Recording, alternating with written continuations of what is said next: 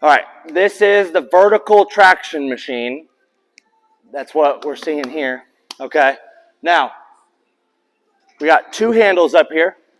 It's kind of like the chest press. We got two handles up here, and then we got this foot pedal right here. Okay, now this foot pedal is just to bring the weight down closer to me.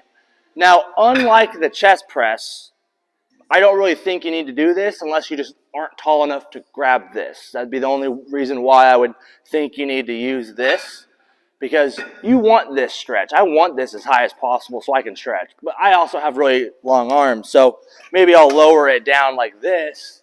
Ooh, that's what it's for, actually, now that I'm thinking about that. So go lower to where you almost can't reach it, and that way you can use this pedal to bring it to you.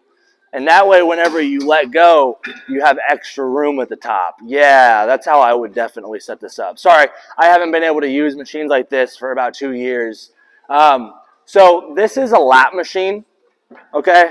So basically, it's going to be you pulling your elbows down to your side, okay? And we're going to train the back. We're going to train your lats, okay? And your rear delts, you know, the back side of your shoulder, and a little bit of biceps. So two grips. You have your pronated grip, which is palms forward, and then you have your neutral grips, which is your palms facing together, okay, in relation to your body. All right, neutral grip is going to encourage your elbows to be more in this range, which when you do it is going to be easier to learn and to get a really good contraction out of. Whenever you go to this pronated grip, it makes your elbows go out wider, which, you know, if you're trying to get wider lats, this is an excellent variation to do of it to make sure that we're getting those muscles that run in this direction specifically. And whenever we grab these, we're going to still hit those muscles because we are still pulling in the same direction.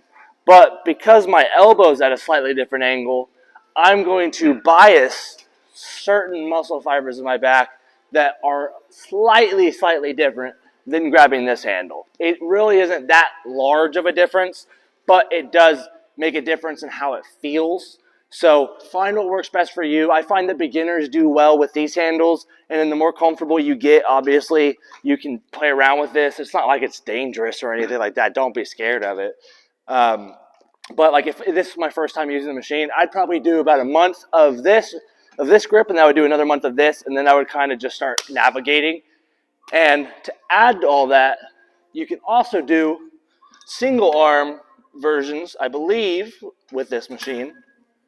So I might even grab this just because I like the angle, but I can just grab onto this and pull down with one arm.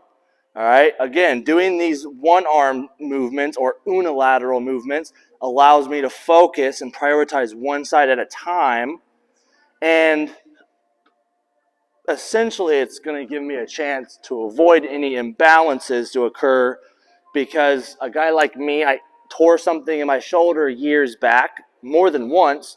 Never got the MRI, so I don't know specifically what I tore, but it's on the posterior or the backside.